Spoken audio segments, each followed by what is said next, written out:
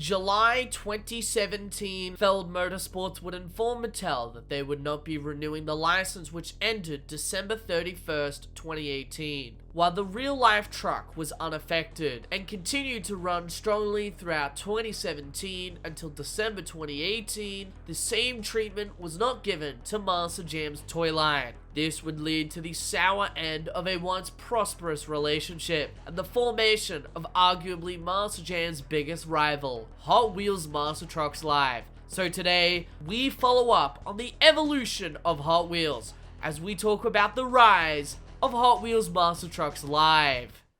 This all comes to a boiling point on December 26th, 2018, when Feld Motorsports files a lawsuit against Mattel. Cracks in the relationship between the two companies had begun to show even before this date. Fans were already frustrated with the quality and refusal to key details for those trucks. The difference is clear.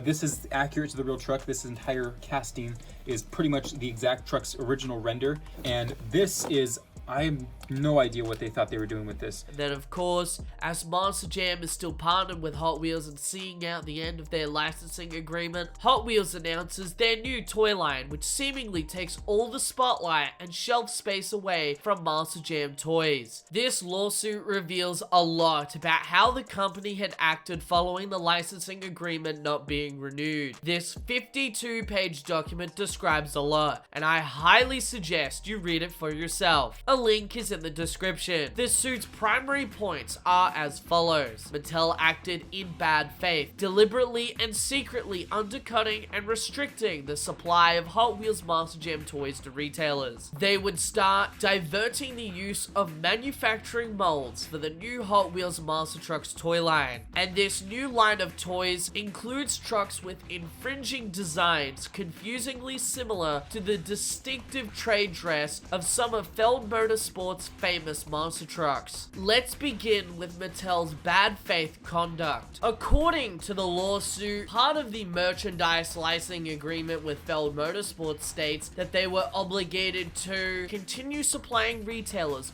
with sufficient stock of authorized Master Jam trucks to meet consumer demand, particularly in consideration of the importance of the holiday season and the final quarter of the year for retail sales. This was to continue until the end of the MLA, which ended December 31st, 2018, and immediately after there would be a sell-off period which was agreed by both parties. Mattel, however, had other plans. Instead, Mattel began restricting and outright refusing supply of Master Jam products to retailers. Two examples are outlined in the suit. One of them explains how Mattel refused to provide the requested amount of inventory, leading to the retailer ordering significantly less than they believed they could sell during the holiday season. The other came from Australia, which, as seen in this photo, shows empty store shelves which should have been filled with Master Jam products. What's worse is,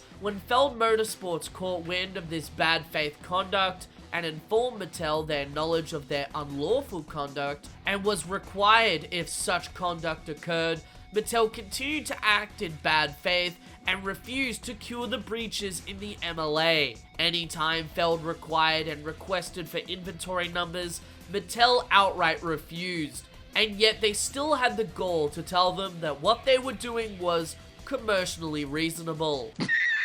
What's even more insane is that Mattel intentionally began depleting their stock of Master Jam products before the agreed upon sell-off period, helping make room for the new Hot Wheels monster trucks. All of this led to huge losses in sales for Master Jam products, crucially during the holiday season. It was clear that the goal was to restrict market access for Master Jam products, divert sales from Master Jam products to Hot Wheels monster trucks to gain an unfair and unlawful advantage by introducing their new toy line. But the bad faith conduct of Mattel and its unlawful activities did not stop there. Have you ever noticed how most of the pieces of a Hot Wheels monster truck diecast, like the chassis, body, and wheels, versus a Hot Wheels Master Jam diecast look eerily similar? Well, that's because they are. The suit explains that Mattel diverted at least some or all of the molds that were originally developed for the Master Jam diecast line away from its final year and into the new and upcoming Hot Wheels Monster Trucks diecast line. But similar primary components to the trucks weren't the only thing that were eerily similar, as the suit gives two examples of trucks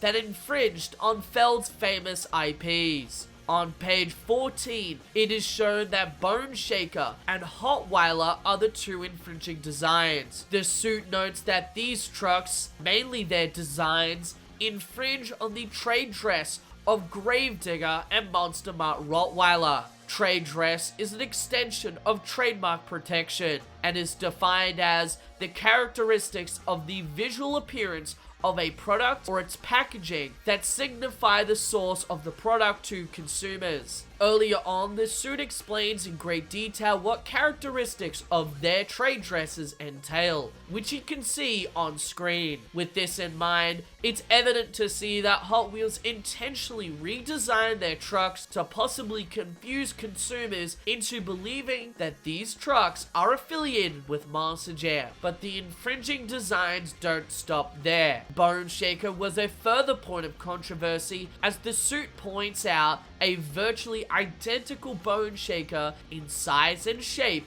was reintroduced into Hot Wheels' toy line, again confusing consumers into thinking that this new line was affiliated with Monster Jam. Speaking of reintroducing, the Rev Tread series was also reintroduced into the toy line, featuring an identical chassis, further proof of Mattel diverting the molds from Monster Jam toy production. It also mentioned the Stars and Stripes series of Monster Jam toys, and then a Stars and Stripes truck seen in the first year of the diecast line, and then the Blizzard Bashes series from Hot Wheels, which share a resemblance in appearance to the ice-themed trucks from Spin Master's Fire and Ice thematic series. All of this culminated in Mattel being charged with 7 different counts, including breach of contract, unfair competition, unjust enrichment, and fraud. While a total figure has and probably never will be publicly known, the suit very clearly outlines that Mattel must repay the damages to Feld Motorsports, profits gained during the fraudulent activity, and Feld's legal fees.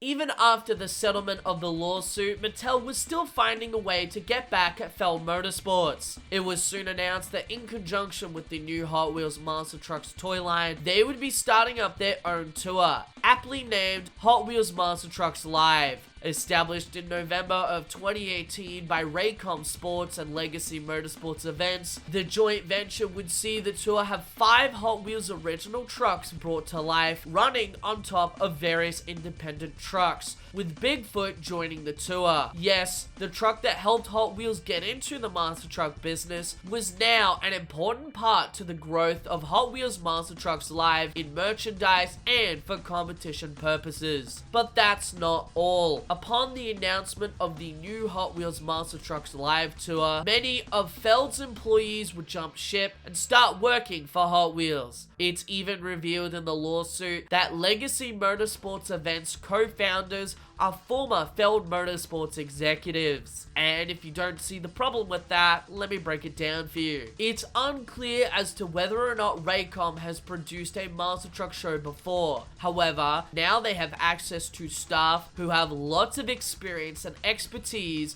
who are coming up from Monster Jam, and that helps them put on a better show and get the tour off the ground quicker. This was fundamental to the success of the Hot Wheels Monster Trucks Live tour, and comparing its beginnings to where it's at now, it's clear that these figures were very valuable. While the very first year saw the tour travel across North America, hosting in 23 different cities, by 2020 it was already starting to host internationally. Even after the pandemic, pandemic, the tour began where they left off and continued to host in the United States and internationally. By 2024, the tour has expanded significantly. There have been up to 3, sometimes 4 Hot Wheels shows on a given weekend, including one international tour, which for a tour that is only 5 years old is an insane fact. So the question is, how can a tour that has only been running for 5 years grow so big so quickly? Well, besides the aforementioned key figures who left Feld for this new venture, it can be traced back to one key thing: the format of the tour. The tour was very reminiscent of the beloved Thunder National series that was hugely popular in the 90s and 2000s. Originally created in 1986 by Aaron Polburn, this series became a smashing hit with the die-hard Monster Truck fans and venues who would not allow dirt inside their venue. Its simple setup and cleanup didn't take away from the action. In fact, it further enhanced it, as the roster was always filled with talented drivers who would put on incredible shows. Approaching the 2000s, Polburn would sell the series to Pace Motorsports, the then owners of Monster Jam. It would run in conjunction with Monster Jam until 2013. Soon, Monster Jam would start hosting less concrete events, which gave an opening in the market. Hot Wheels would adapt this into their own shows, and it proved to be arguably an even bigger success than the Thunder Nationals ever was, considering that this tour runs more than one show a week and tours internationally. Each Hot Wheels show features a crash zone, which is essentially a pit party. During the crash zone, you are able to meet the drivers and see the trucks up close. The VIP crash zone shows fans behind the scenes look at everything, which also includes exclusive merchandise. Then when the crash zone is over, the event starts. The tour originally started out with 5 competitions: racing, which was later dropped, wheelies, long jump, donuts, and freestyle. During competitions, FMX and transforming robots like the Octagon perform as a side act. At the end of the show, an overall winner is crowned. Similar to Monster Jam's overall event championship, drivers compete for the Titan Cup, which is given to the driver who's performed the best over the course of a given event, though no points are publicly given out. The tour has also popularized the light show genre of events, which has seen many other independent tours like the Monster Truck Nitro Tour, Monster Trucks All Out, and even Monster Truck Mania incorporate the glow-in-the-dark LEDs to add more excitement to their events. Amongst the bright lights and LEDs, however, is a severely basic show. Shows are incredibly mundane, as the trucks barely do anything of note other than hitting cars, which is what they're supposed to do, yes, but there's not much else to see besides maybe a nice wheelie and a good set of donuts. There's not even any close or exciting races, though this is due to the setup of the Glow Party, and it's probably not the smartest idea for safety to run racing in small arenas with very dim lighting. That probably isn't a good idea. Imagine going to a Monster Jam arena show and seeing the trucks get 0 airtime, no tricks like moonwalks, wheelies, or a backflip, or even a crazy save, and instead just rollover jumps quite slowly. That is the Hot Wheels Monster Trucks live experience in a nutshell. While there is a wheelie competition and a donut competition, which do seem pretty exciting, the trucks drive so slowly sometimes you wonder if they have a speed limit enforced.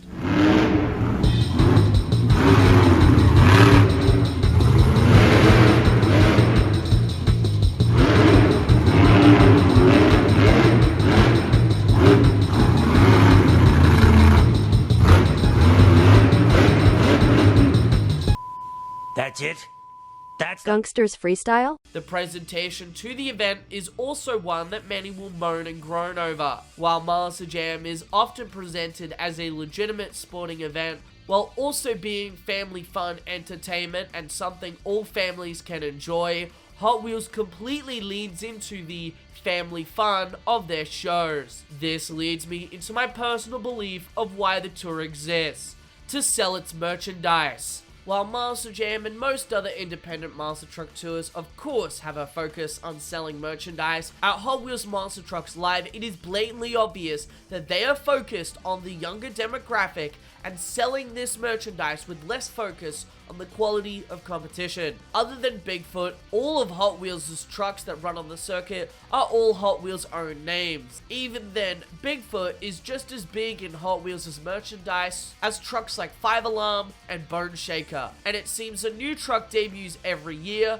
to keep the tour fresh as more new identities debut. Each truck has its own custom and catchy theme song, which allows Hot Wheels to make highlight and compilation videos that kids watch on YouTube. There are animations of these trucks, as well as stop motion animated videos, which further drive huge engagement. All of this in turn leads to more merchandise being sold. And despite the perception amongst die-hard fans, Hot Wheels Monster Trucks Live events seemingly always sell well and occupy crucial and valuable market space in the monster truck industry. Their approach to shows was strategic and very fruitful in the long run, as they are constantly seemingly at war with Monster Jam, not over show quality, but for venues wanting to host their shows. Like we mentioned before, the concrete floor and 3 crush car stack setup is attractive to venues compared to Monster Jam's approach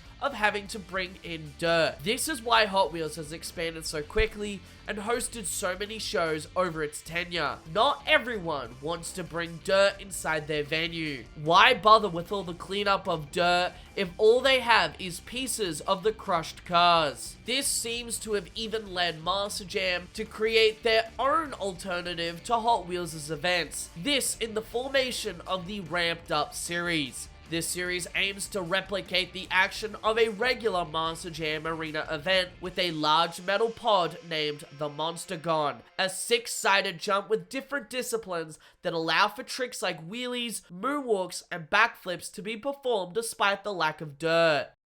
On June 29th and 30th of 2024, Hot Wheels Monster Trucks Live hosted their biggest event yet. Yes, even bigger than the international event in Paris earlier this year. The event took place inside the Tacoma Dome, one of the largest arena floors for monster truck action. The event had 14 trucks, with 2 of each truck running alongside each other. The event debuted an all-new format. Each identity would perform in tandem and would compete in a team-based format. Each side of the track belonged to a particular driver. For instance, during this freestyle, you can see that both Bigfoot trucks remain on their side, as well as being allowed to hit the stacks in the middle. While this was a little more entertaining than a regular event, it's underwhelming that not more was done, let alone the lack of dirt.